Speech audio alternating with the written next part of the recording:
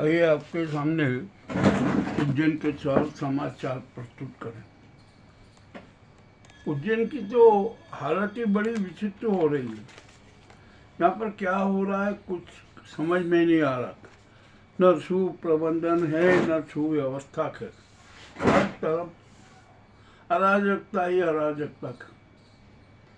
अब मामला तो बड़ा विचित्र हो गया है और सबको एक ही लक्ष्य, सिंहत 2028। सिंहत के नाम पर कैसे कैसे खेल करो, इसी की सारी राजनीति चल रही है। हर तरफ यही माहौल नजर आ रहा है। स्वार्थ का महाभारत जारी है, होता ही रहेगा। तो आइए अब हम उज्जैन के खास और महत्वपूर्ण समाचारों की चर्चा करें। आत्महत्याओं की राजधानी उज्जैन बना हुआ है। आर्थिक संकट के कारण कल भी 2 आत्महत्याओं के समाचार आए, एक पवासा में और एक राजीव नगर में। अब हो रही आत्महत्या, क्या किया जाए?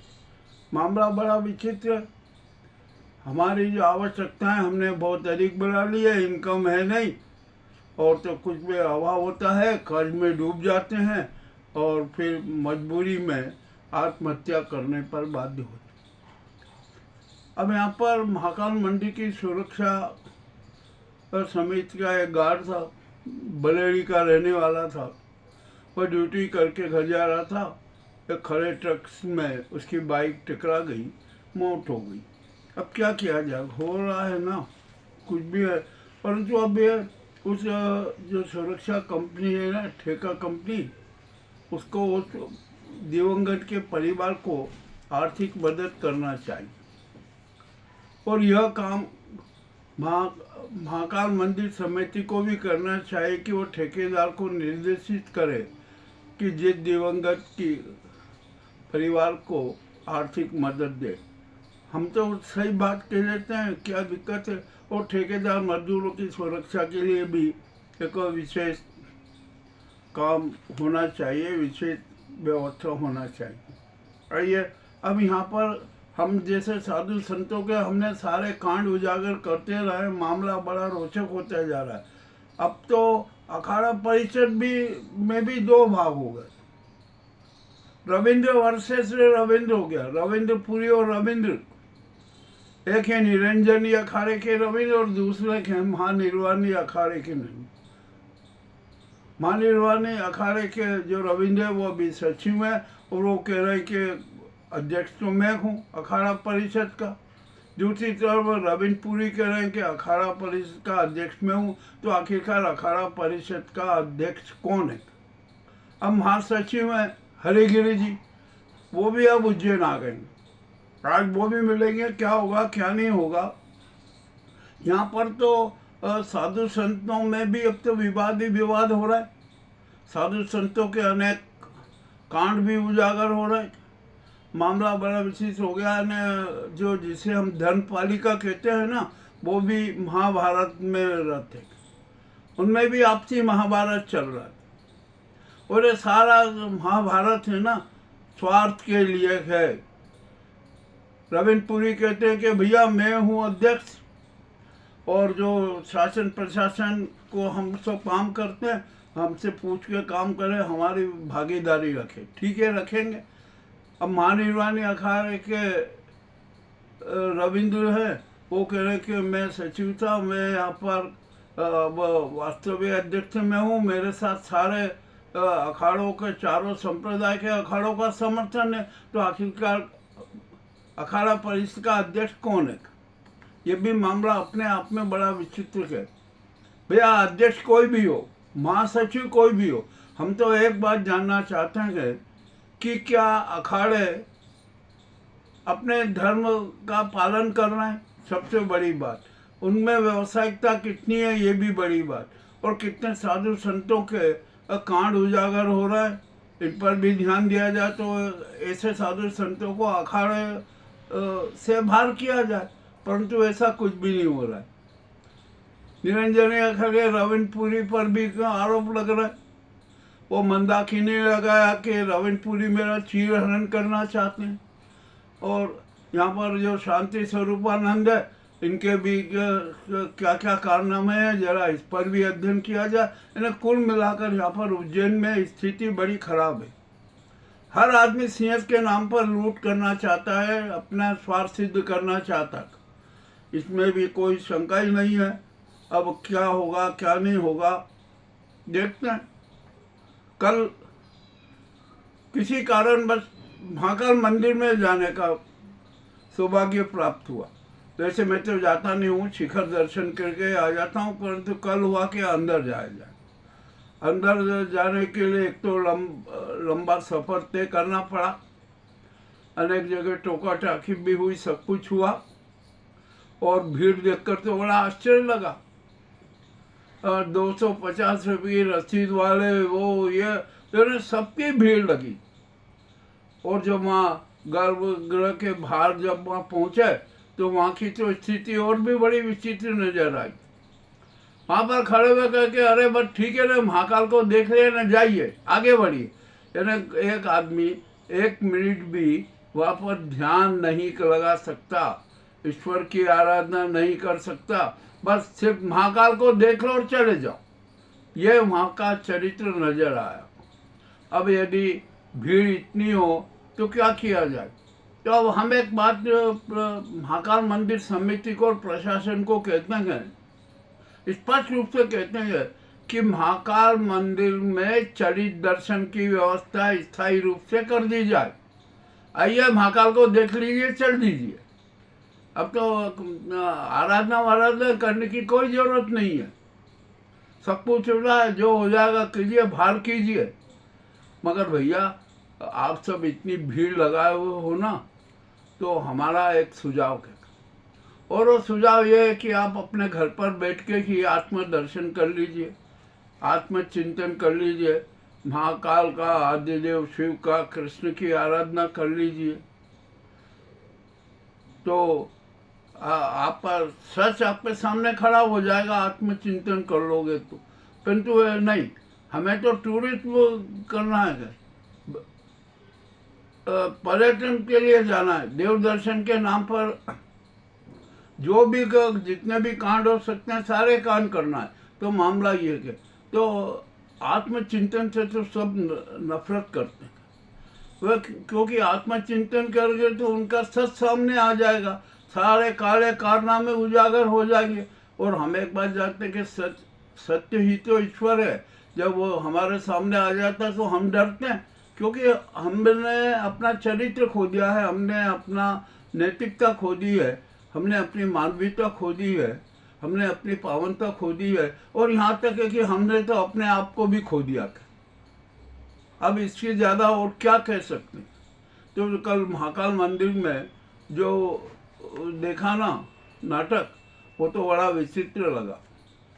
न जाने क्या क्या हो रहा है, भीड़ है, धक्का मुक्की हो रही है, कुछ भी हो रहा है ना, कोई कुछ नहीं। अब क्या किया जाए? मैं लंबे समय बाद चांदी द्वार से महाकाल के अंदर पहुंचा। अब चले गए, मूड आया, भगवान ने, महाकाल ने बुलाया था, चले गए। तो उन्होंने तो इसीलिए बुलाया था कि यहाँ की व्यवस्था देख लो। मामला सारा उजागर हो गया। अब क्या किया जाए? हम तो कुछ कह नहीं सकते, जो भी है ना ये सारा चलता रहेगा। अब गर्मी के तीखे तेवर शुरू हो गए।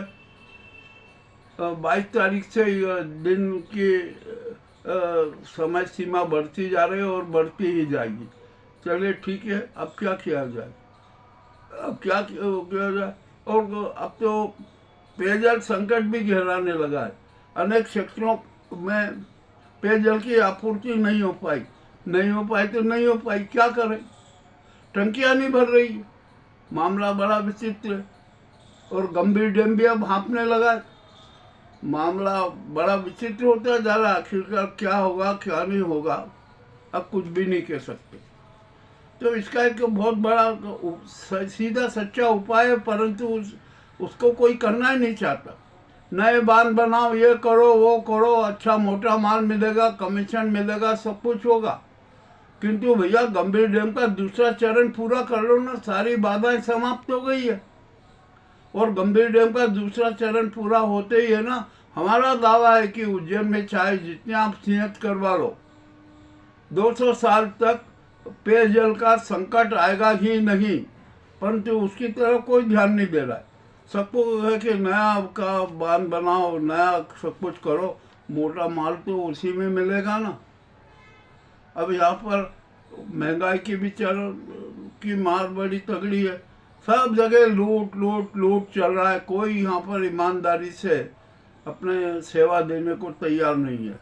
अब क्या किया जाए, यहाँ तो जब है ना, अब क्या कह सकते हैं कि जब आदमी अपने स्वार्थ में लिप्त हो जाता है ना, और स्वार्थ को ही महत्व देने लगता है, स्वार्थ को ही अपना भगवान मानने लगता है, तो फिर बात ही दूसरी हो जाती है। और हम अंधभक्तों का तो चरित्र भी बड़ा विचित्र हो गया। अरे अब तो हम भगवान बदलने का भी चरित्र रखने लगे। हम एक मंदिर में जाते हैं, वहाँ अपनी आशा प्रकट करते हैं, ईश्वर से याचना करते हैं, वो नहीं होती तो दूसरे मंदिर में चले जाते हैं, वहाँ नहीं होते, तीसरे में, चौथे में, पांचवें में, ऐसे भगवान बदलते ही रहते हैं। चलो बदल लो भाई भगवान, मगर अपने आप को मत बदलो। ये नहीं करोगे, भगवान तक को बदल लोगे, परंतु अपने आप को भी तो बदलो जरा, इसके भी तो सोचना समझना पड़ेगा। अब क्या किया जाए, यहाँ पर शहर की तो हालत बड़ी विचित्र है, सब जगह लूट है, डकैती है, मनमारी के काम चल रहे हैं, उनमें जनता को तो कुछ महत्व भी नहीं दिया जा रहा। अब यहाँ पर उज्जैन में एक बड़ी समस्या हो गई, अब तो पैदल चलना भी कठिन हो गया। तो भैया प्रशासन एक काम करे, एक नोटिफिकेशन दे दे, जारी कर दे कि अब सड़कों पर सिर्फ वाहन ही चलेंगे, पैदल चलना बैन किया जाता, तो समस्या नहीं रहेगी। बेचारे पैदल यात्री आएंगे नहीं सड़क पर, वहाँ दौड़ते रहेंगे, होने। और जलवायु में ध्वनि प्रदूषण चरम पर है, उस पर कोई नियंत्रण की बात नहीं हो रही है। क्षिप्रा आज भी प्रदूषित पानी की डबरी बने हुए, उस पर भी कोई ध्यान नहीं। करोड़ों रुपए व्यय हो रहा, क्षिप्रा के नाम पर न जाने क्या क्या नाटक किए जा रहे हैं। अरे अब क्षिप्रा रोवर बना दो, ये बना दो, न जाने क्या क्या कर दो, जो करना है कर दो। जनता का पैसा है ना, चाहे जैसे लुटा दो, कोई दिक्कत नहीं है, परंतु व्यवहारिकता में कुछ मत करो। अरे क्षिप्रा को प्रवाहमान रखने के लिए कितने नाटक किए जा रहे हैं, परंतु उसकी मूल समस्याओं पर ध्यान ही नहीं दिया जा रहा। क्षिप्रा में नर्मदा मिनरल का पानी डाल दो, गंदे नाले के मिल रहे हैं, वो पानी हो गया और वो क्षिप्रा हो गई। परंतु क्षिप्रा का जो गोमुख है ना, वो तो पूरा ही चौक हो गया, वहाँ से तो क्षिप्रा प्रवाहित हो नहीं रही है। तो फिर आप कहाँ रही क्षिप्रा?